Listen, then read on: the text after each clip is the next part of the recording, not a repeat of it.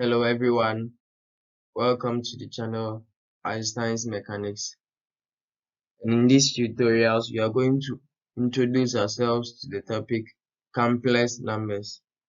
Now, when you say a complex number is an expression that has a real part and an imaginary part. A typical complex number is in the form A plus BI, where the A part represents the real part of the complex number and the B part represents the imaginary part of the complex number. In some books too, they will write it as A plus IB. So the A part represents the real part and the B represents the imaginary part.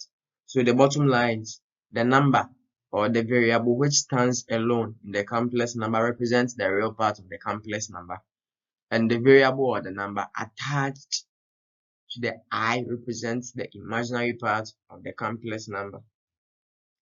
Now, we should take note of the following if we are treating complex numbers or if we are learning complex numbers. Now, in complex numbers,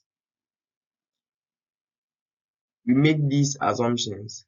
So note 1, square root of negative 1 is equal to plus or minus I, and 2, I squared is equal to negative 1. So these two are the assumptions or what you have to know in the course of complex numbers. Alright, but one may ask, why is it that square root of negative 1 is plus or minus I, and why is I squared is equal to negative 1? Now you shouldn't forget that the set of real numbers will not allow us or will not allow solution to all quadratic equations, right? For example, when we have s squared plus 1 is equal to 0, it's going to imply that s squared is equal to negative 1, right? But negative 1, s squared is equal to negative 1 has no real solution, since s squared is always positive for real numbers. Normally, we will have s squared minus 1 is equal to 0.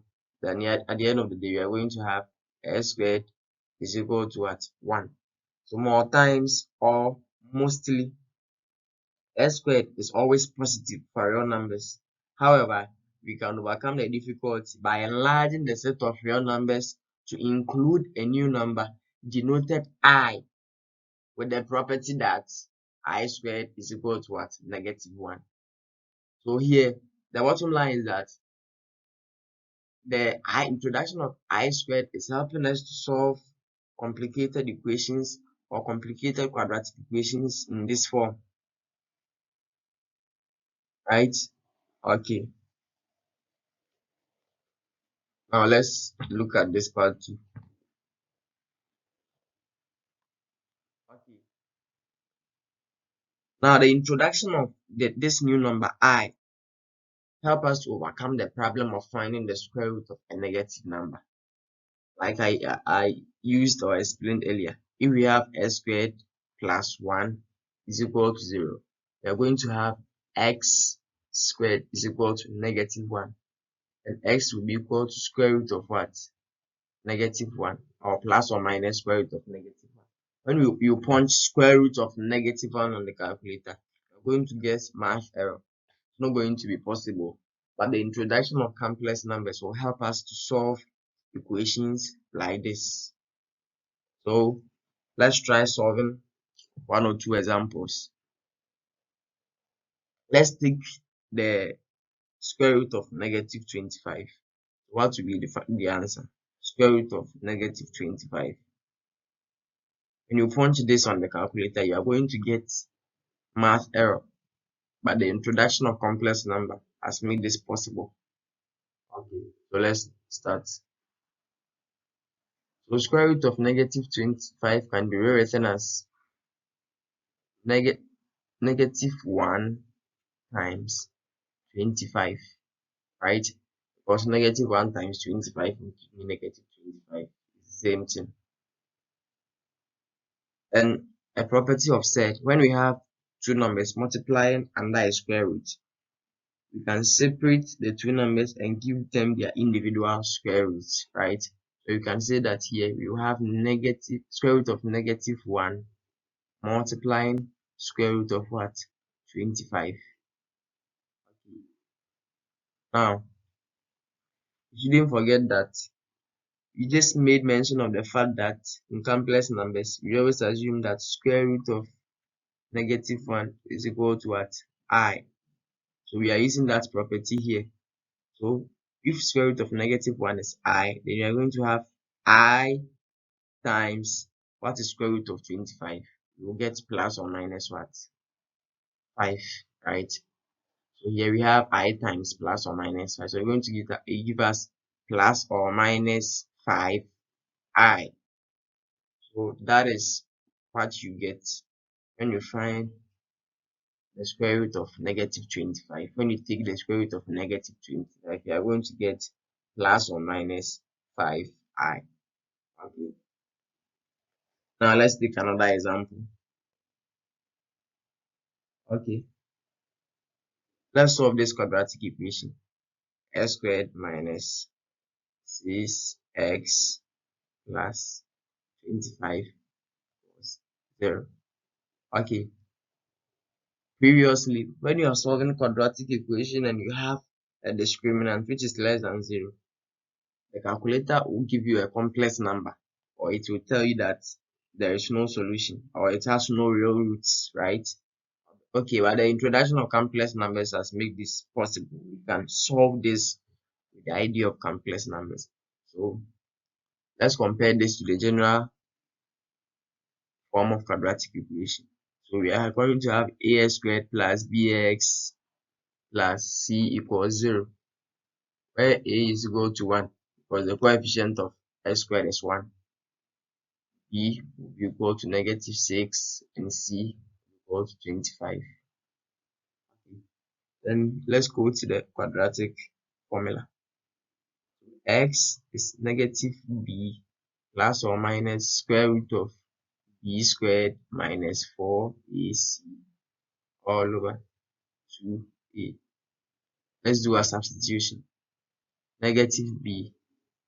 So negative b, which is -6, plus or minus square root of b squared, which is -6 squared minus 4a, which is 1, times c, 25, all over 2a. Sorry, 2a, which is 2 multiplying 1.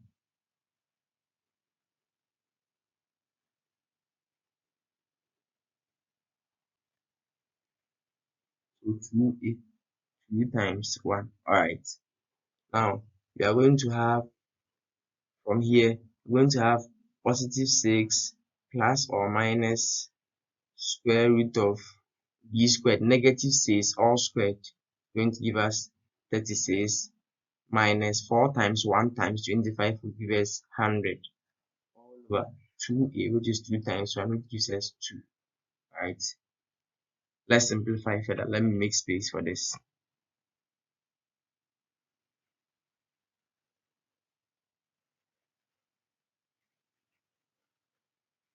It's quite simple.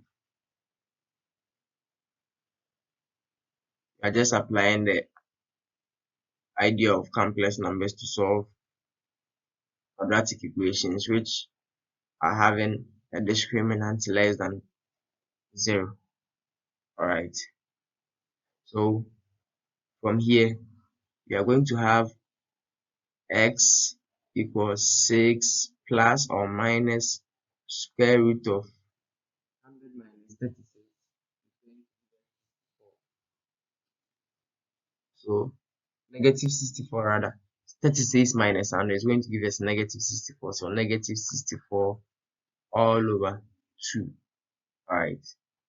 So this implies that 6 plus or minus x equals 6 plus or minus, we have square root of -64 here, but you can rewrite this as square root of 64 times -1 all over 2. So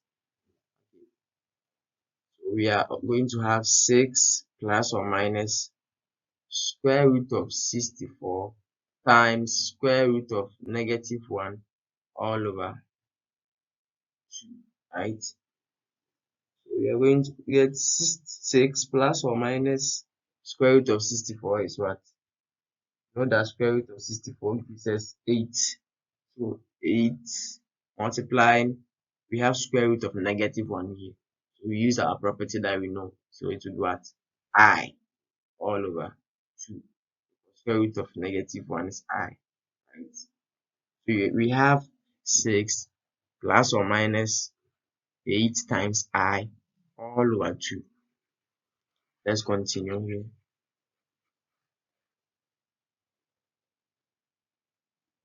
We are going to get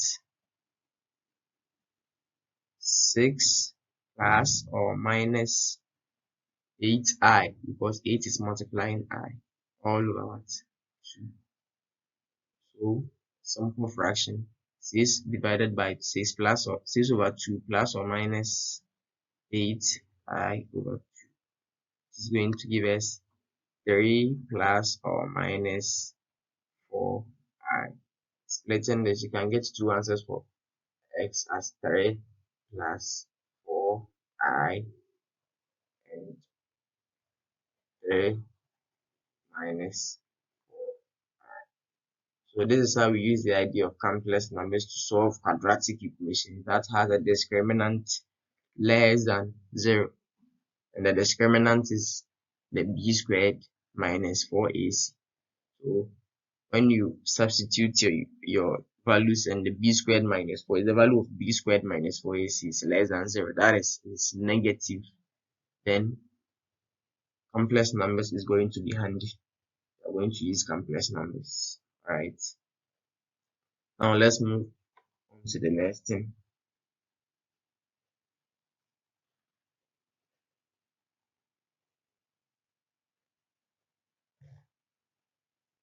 Now, sometimes complex numbers are defined in terms of ordered pairs. What do I mean by that? Let's say a complex number denoted by z. We have a complex number denoted by z. The complex number denoted by z can be defined in terms of an ordered pair as z is equal to x, y. This is the same as z being equal to x plus I, y, or x plus yi.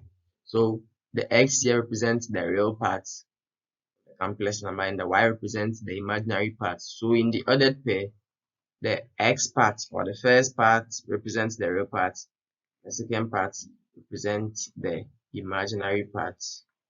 That's how sometimes we express complex numbers. You express them as what? Ordered pairs.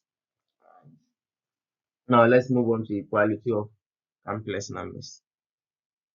As simple as ABCD. Now two complex numbers, let's say x1, y1 and x2, y2 are said to be equal if and only if x1 is equal to x2 and y1 is equal to what? Y2. Let's look at some examples here. Given that z1, which is a complex number, is 4 plus I 76, and z2 is equal to 4 plus I 76, then one can say that z1 is equal to what? Z2, because the real parts are the same and the imaginary part too are what? Are the same. The second example is that when you have complex number, let's say z1 is equal to 4 plus I6 and 4 plus I76. One can say that z1 is not equal to z2, because although the real parts are the same, here is 4, here is 4, but the imaginary part here is 6 and here is 76. So they are not the same. So a complex number is said to be equal if the real parts are the same and the imaginary parts are also the same. So that is that for today's lesson. Thank you for watching the video and stay tuned for the next episode of Complex Numbers. Have a good day.